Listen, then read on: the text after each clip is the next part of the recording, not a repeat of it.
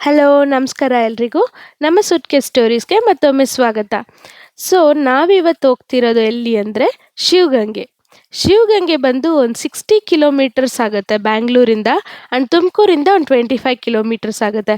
ನಾವು ಬ್ಯಾಂಗ್ಳೂರಿಂದ ನೆಲಮಂಗಲ ಕಡೆ ಹೋಗಿ ಅಲ್ಲಿಂದ ತುಮಕೂರು ಹೈವೇ ತಗೊಂಡು ಅಲ್ಲಿಂದ ದಾಬಸ್ಪೇಟ್ ಹತ್ರ ಲೆಫ್ಟ್ ತಗೊಂಡ್ರೆ ಸೀದಾ ಒಂದೇ ರೋಡ್ ಅಲ್ಲಿಂದ ಅದು ಶಿವಗಂಗೆ ತಲುಪುತ್ತೆ.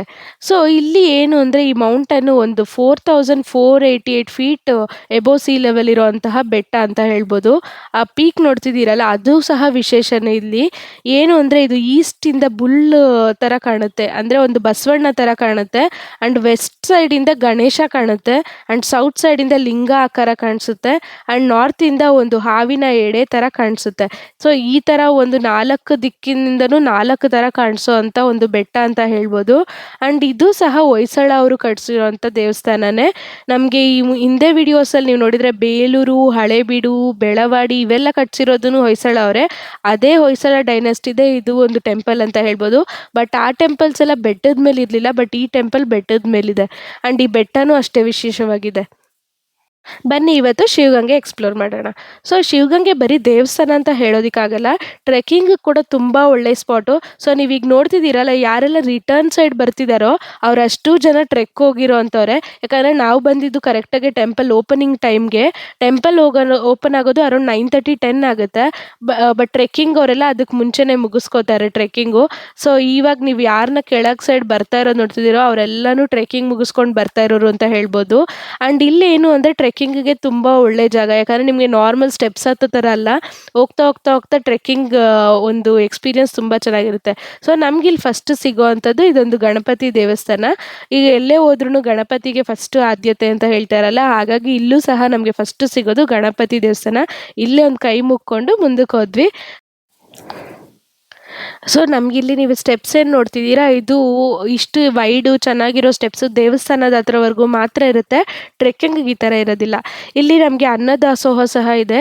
ದಿನಕ್ಕೆ ಸಾವಿರಾರು ಜನ ಬಂದು ಇಲ್ಲಿ ಪ್ರಸಾದ ಸೇವಿಸಿ ಹೋಗ್ತಾರಂತೆ. ಇದು ರೀಸೆಂಟ್ ಟೈಮ್ಸಲ್ಲೇ ಆಗಿರೋದು. ಅಂದರೆ ನಮಗೆ ಇದು ಮನೆ ದೇವರು ನಮ್ಮ ಮಮ್ಮಿಯವ್ರಿಗೆ. ಹಾಗಾಗಿ ನಾವು ಚಿಕ್ಕ ಮಕ್ಕಳಿರೋದ್ರಿಂದ ಬರ್ತಾ ಇದ್ದೀವಿ. ಆಗ ಇದೆಲ್ಲ ಇರಲಿಲ್ಲ, ಬಟ್ ಇವಾಗ ತುಂಬ ಫೆಸಿಲಿಟೀಸ್ ಮಾಡಿದ್ದಾರೆ. ಉಳ್ಕೊಳ್ಳೋಕ್ಕೆ ಗೆಸ್ಟ್ ಹೌಸು ಇದೆ, ಲೈಕ್ ಒಂದು ಅತಿಥಿ ಗೃಹ ಅಂತ ಏನು ಹೇಳ್ತೀವಿ, ಯಾತ್ರಿ ನಿವಾಸ ಥರನೂ ಮಾಡಿದ್ದಾರೆ. ಆ್ಯಂಡ್ ಅನ್ನದಾಸೋಹ ಸಹ ಇದೆ. ಈ ಥರ ಎಷ್ಟೊಂದು ಒಂದು ಫೆಸಿಲಿಟೀಸ್ ಮಾಡಿದ್ದಾರೆ ಇವಾಗ.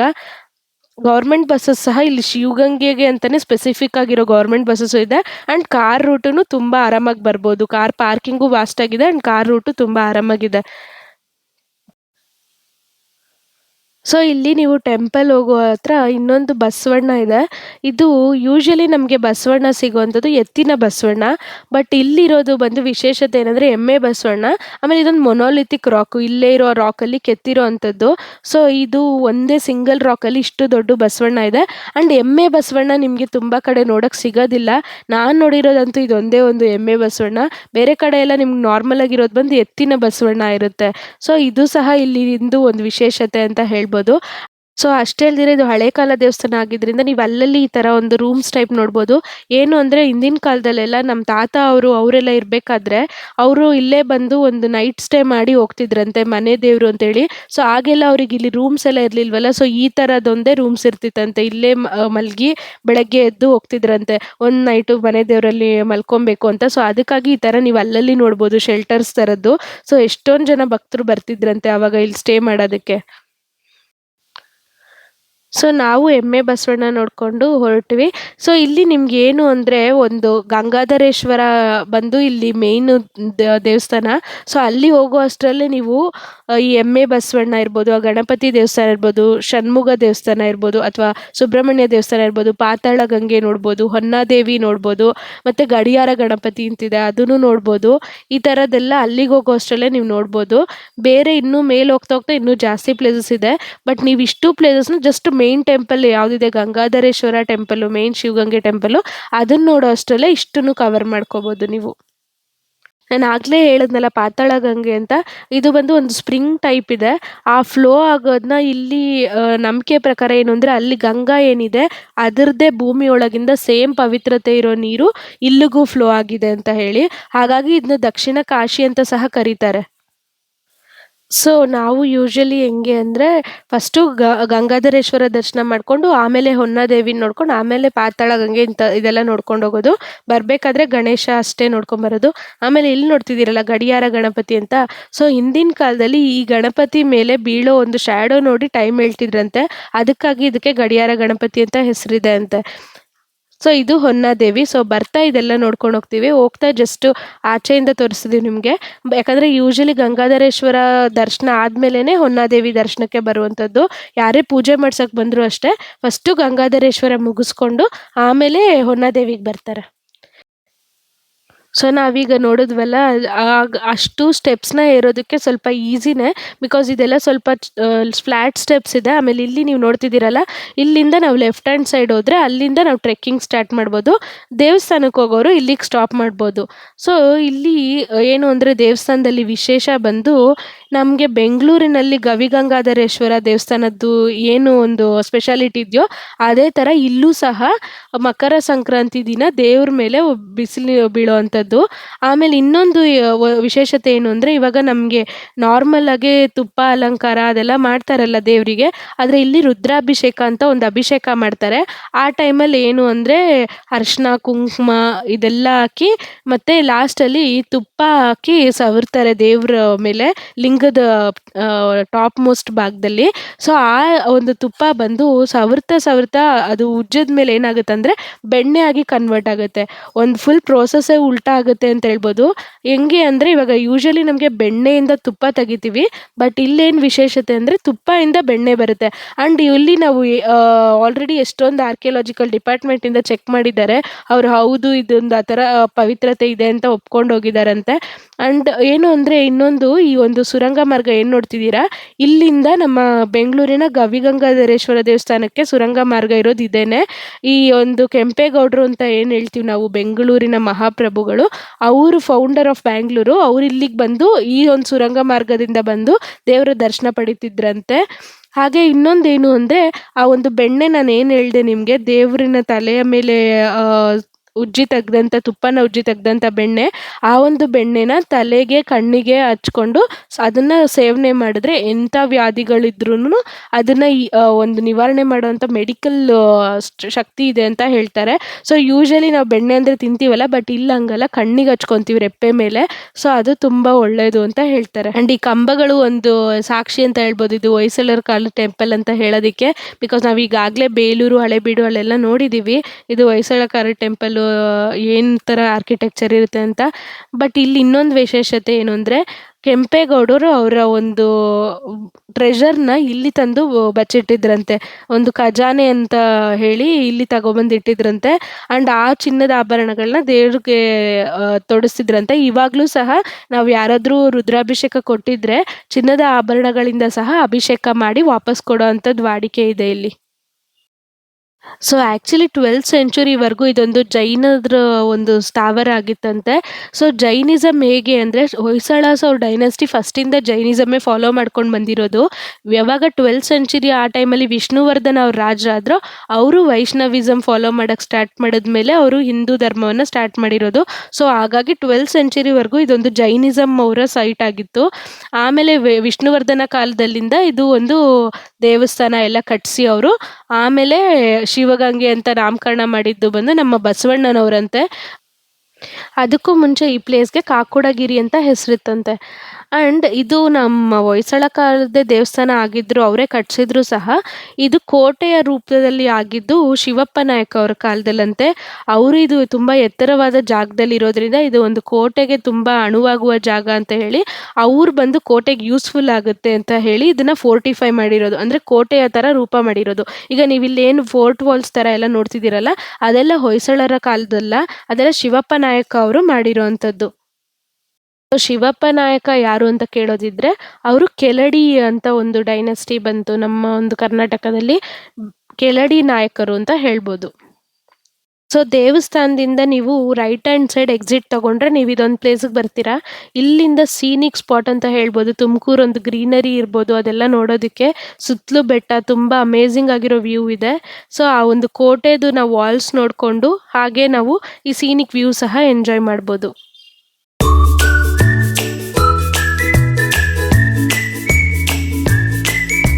ನಾವು ರೈಟ್ ಸೈಡ್ ಎಕ್ಸಿಟ್ ತಗೊಂಡು ಮುಂದೆ ಹಾಗೆ ಬರ್ತಿದ್ರೆ ನಮ್ಗೆ ಈ ಒಂದು ಜಾಗ ಸಿಗುತ್ತೆ. ಇದು ಬಂದು ಕೆಂಪೇಗೌಡರು ದೇವಸ್ಥಾನಕ್ಕೆ ಬಂದಾಗ ವಿಶ್ರಾಂತಿ ಪಡಿತಿದ್ದಂತಹ ಜಾಗ ಅಂತೆ. ನಾವಿವಾಗ ಅಪೋಸಿಟ್ ಸೈಡ್ ಏನು ನೋಡಿದ್ವಿ ಒಂದು ಚಿಕ್ಕ ರೂಮ್ ಟೈಪ್ ಪ್ಲೇಸು, ಅಲ್ಲಿ ವಿಶ್ರಾಂತಿ ಪಡ್ತಿದ್ರಂತೆ.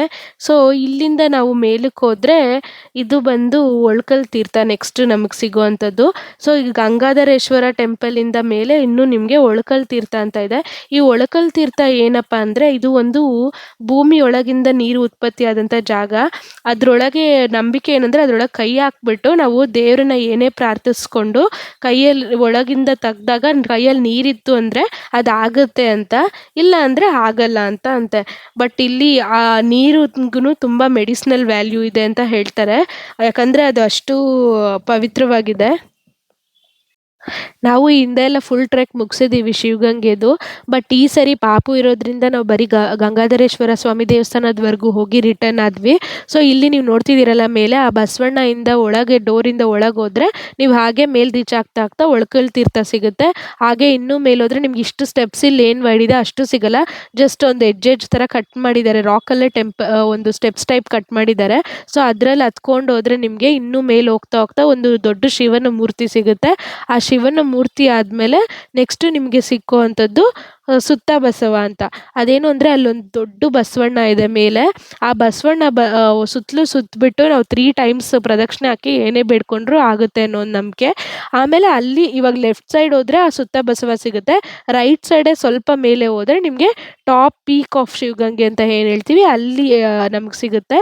ಅಲ್ಲಿ ಬಂದು ಗವಿಗಂಗಾಧರೇಶ್ವರ ದೇವಸ್ಥಾನ ಇದೆ, ಹಾಗೂ ಇನ್ನೊಂದು ಕಂಬ ಇದೆ.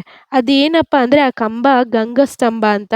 ಸೊ ಪ್ರತಿ ಮಕರ ಸಂಕ್ರಾಂತಿಗೆ ಇಲ್ಲಿ ಜಾತ್ರೆ ನಡೆಯುತ್ತೆ.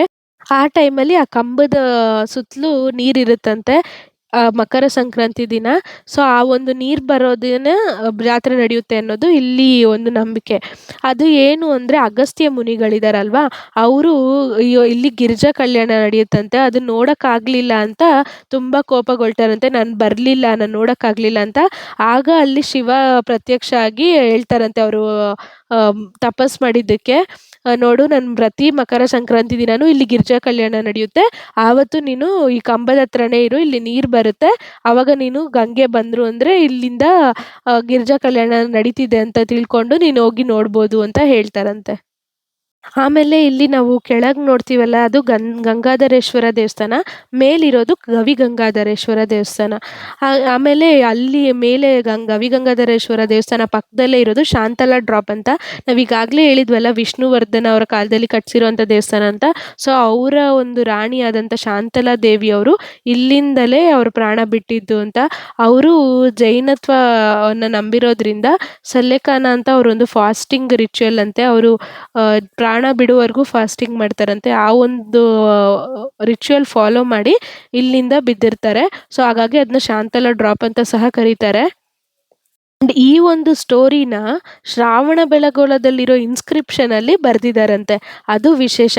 ಸೊ ಇಲ್ಲಿದ್ದಿದ್ದ ಸ್ಟೋರಿ ಇಲ್ಲಿನ ಇನ್ಸ್ಕ್ರಿಪ್ಷನಿಂದ ಗೊತ್ತಾಗಿಲ್ಲ, ಶ್ರಾವಣಬೆಳಗೊಳಲ್ಲಿ ಇರೋ ಇನ್ಸ್ಕ್ರಿಪ್ಷನಿಂದ ಇಲ್ಲಾಗಿರೋವಂಥ ಶಾಂತಲಾ ಡ್ರಾಪ್ ಒಂದು ಇನ್ಸಿಡೆಂಟ್ ಬಗ್ಗೆ ಗೊತ್ತಾಗಿದೆ. ಸೊ ಅದರಿಂದಲೇ ಅವ್ರಿಗೆ ಇದು ಸಹ ಹೊಯ್ಸಳ ಅವರ ದೇವಸ್ಥಾನ ಅಂತ ಅಲ್ಲಿಂದ ಗೊತ್ತಾಗಿರೋದು. ಆಮೇಲೆ ಇದೆಲ್ಲನೂ ಸಹ ಬೆಟ್ಟದೊಳಗೆ ಕೊರ್ದಿರುವಂಥ ದೇವಸ್ಥಾನ ಅಲ್ಲ, ಬೆಟ್ಟದ ಒಳಗೆ ಕೇವ್ ಟೆಂಪಲ್ ಅಂತ ಹೇಳ್ಬೋದು. ಈ ಕೇವ್ಸಲ್ಲಿ ಮಾಡಿರುವಂಥ ಟೆಂಪಲ್ಸ್ ಆಗಿರೋದ್ರಿಂದ ಒಳಗೆ ನಿಮಗೆ ತುಂಬ ಕಡಿಮೆ ಹೈಟ್ ಸ್ಪೇಸ್ ಇರುತ್ತೆ.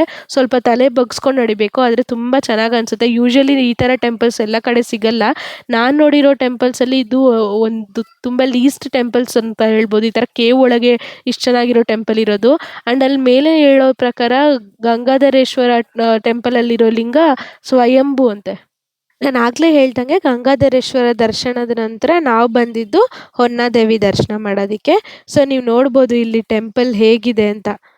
ನೋಡ್ತಿದ್ದೀರಲ್ಲ, ಒಂದು ಚಿಕ್ಕ ಪಾಪು ಸಹ ರೂಫ್ ಟಚ್ ಮಾಡ್ಬೋದು, ಆ ಥರ ಒಂದು ಕೇವ್ ಟೆಂಪಲ್ ಇದು. ಆ್ಯಂಡ್ ಇಲ್ಲಿ ಹೊನ್ನಾದೇವಿ ತುಂಬ ಚೆನ್ನಾಗಿರ್ತಾರೆ ನೋಡೋದಕ್ಕೆ.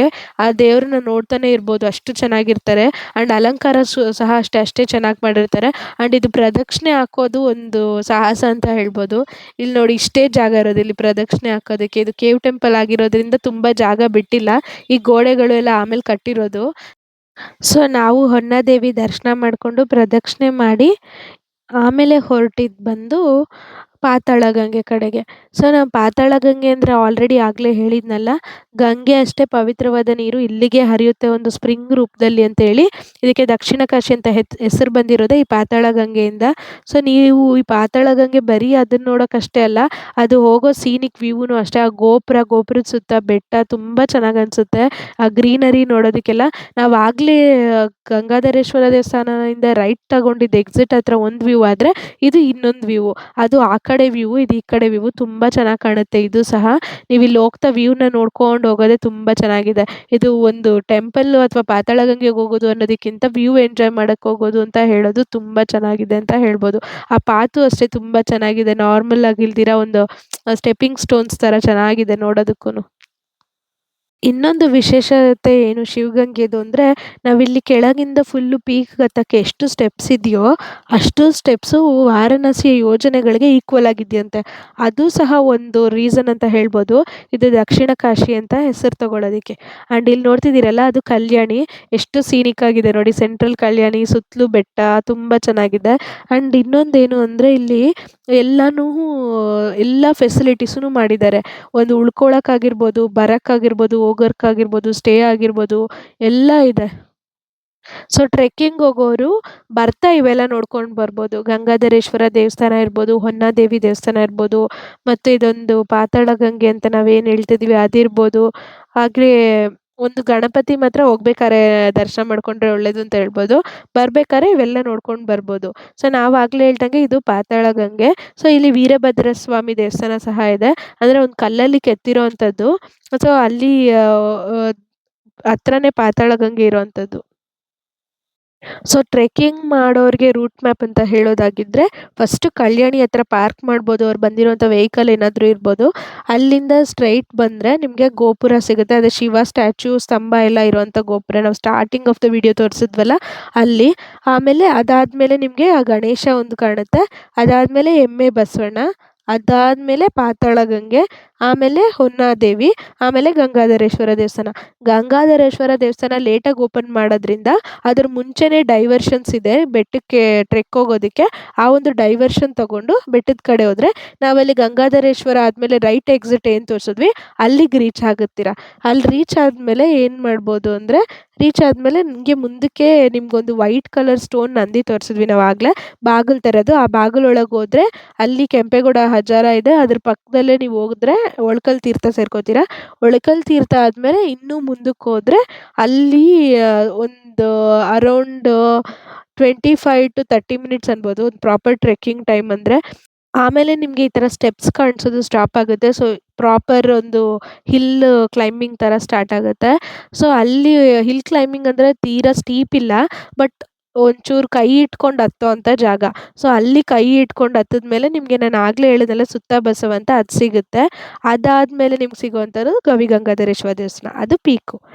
ಈ ವಿಡಿಯೋ ನಿಮ್ಗೆ ಇಷ್ಟ ಆಗಿದ್ರೆ ಲೈಕ್ ಮಾಡಿ, ಶೇರ್ ಮಾಡಿ, ಸಬ್ಸ್ಕ್ರೈಬ್ ಮಾಡಿ. Thank you for watching us.